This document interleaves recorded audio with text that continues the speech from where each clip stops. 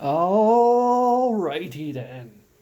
So, I gotta review this movie as it's still fresh in my mind. No way in hell was I gonna review this at the theater because I don't want to get shot or stabbed by people getting mad at getting spoilers. Plus, I need to do this before I go take a shit because I really need to go to the bathroom. But that has to wait. Spooderman needs to have a review.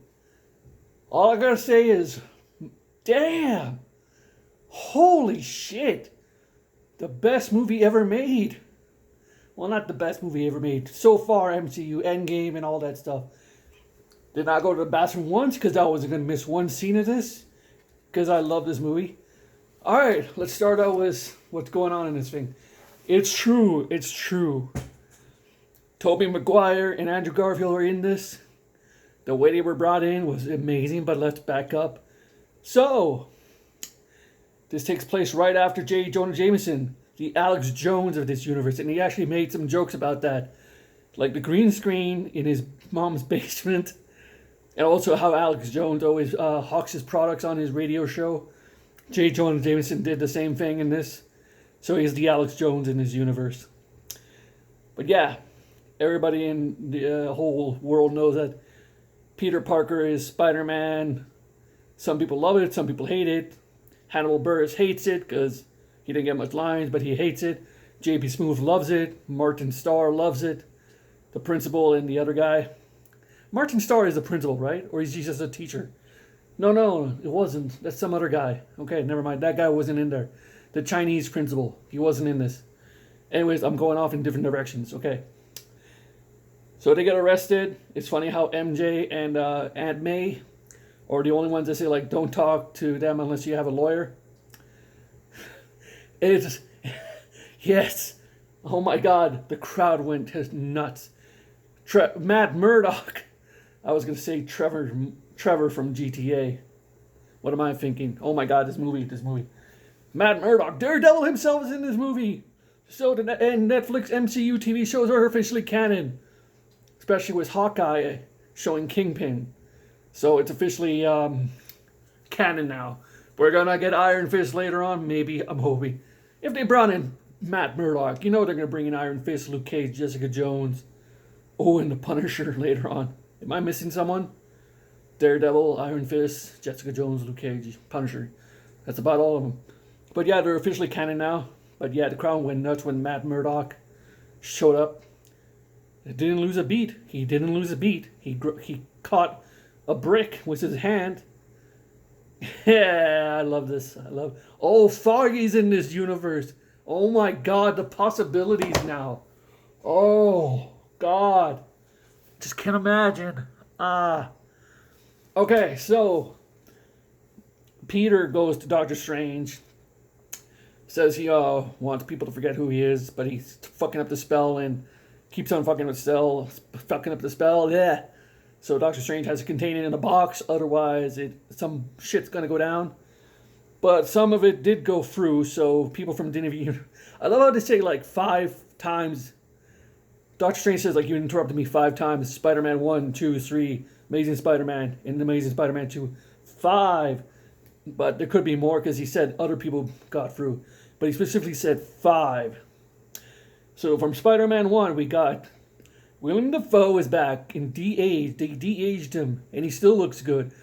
They got rid of his Gollum mask because, come on, it's goofy. So even with his... Willem Dafoe's face can be scary enough. Not as a bad thing. He can be an evil villain, son of a bitch. Dr. Octopus is back. Good. Oh my god, seeing Alfred Molina again, it's amazing. The de-aging is amazing. Like, they bring all these characters right before they die.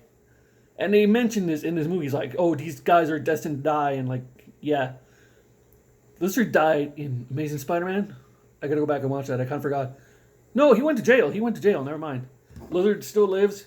Played by the guy from The Amazing Spider-Man. I forget his name. Thomas Hayden Church plays the Sandman. I didn't think it was gonna be Thomas Hayden Church. I think like, because I was thinking like, if they're just showing him in Sand, don't think they could afford Thomas Hayden Church, but they can afford him for like a couple seconds cameo at the very end. So that's pretty cool to have Thomas Hayden Church back. only for a few seconds. Electro, Jamie Foxx, was a new look, and finally getting the yellow from the arc reactor, which is amazing. But like I said, all these bad guys got their redemption in the end. Dr. Octopus finally got his thing in the back taken out, and he finally has to think. He can think. I love how these characters know each other. It's like, Norman Osborn, that's not Norman, this is Norman, blah blah blah. And then we have Jamie Foxx and Lizard's universe that they know each other. I just love that. These universes colliding. Universes colliding. But yeah, the enemies all get their redemption arc. William Dafoe made the joke, like I'm somewhat of a scientist myself, the whole theater laughed at that. Well, anyways, going back to this movie, this movie's just so good. Redemption arc, William Dafoe gets his redemption, turns back. Lizard gets his redemption. Jamie Foxx redemption, Dr. Octavius, him too, and Electro. Great fight scene. J. Jonah Jameson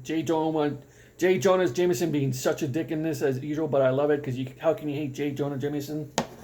They finally said the line in this movie: "With great power comes great responsibility."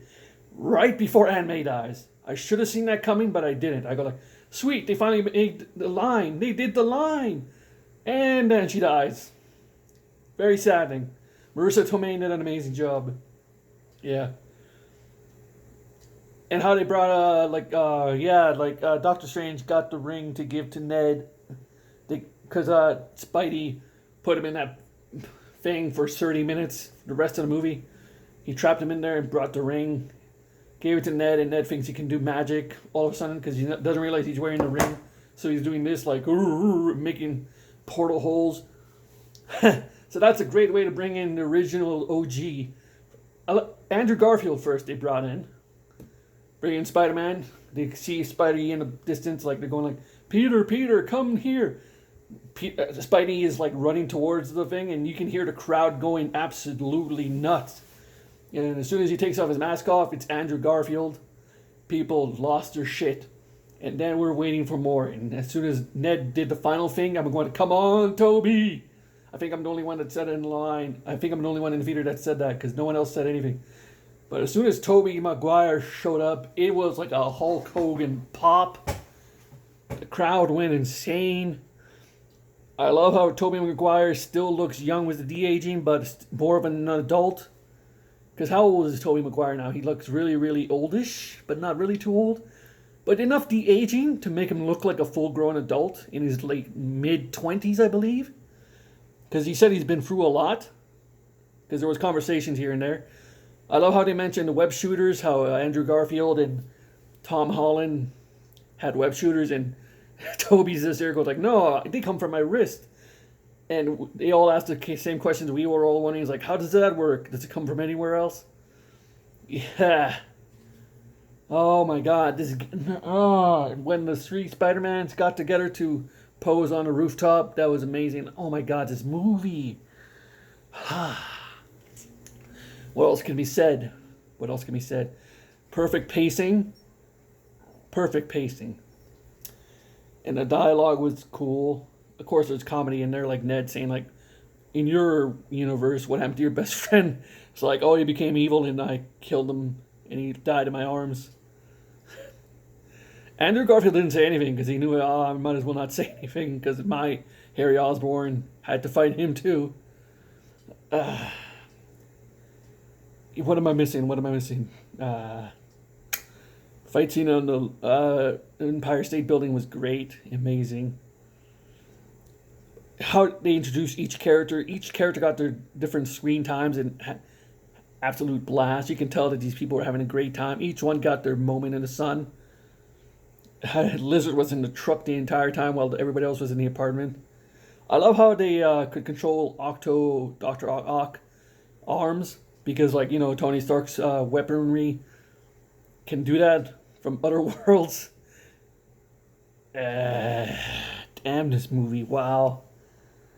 Oh, and I love how the Spider-Mans are saying, like, oh, we've never done this before as a team. Like, I've been in a team. I've been in the Avengers. And Toby goes like, great! What is that? Is that a band? Yeah, but I love how they mention that. It's like, yeah, you're what? Yeah, sure, why not? I fought a black alien once, and I fought a purple alien.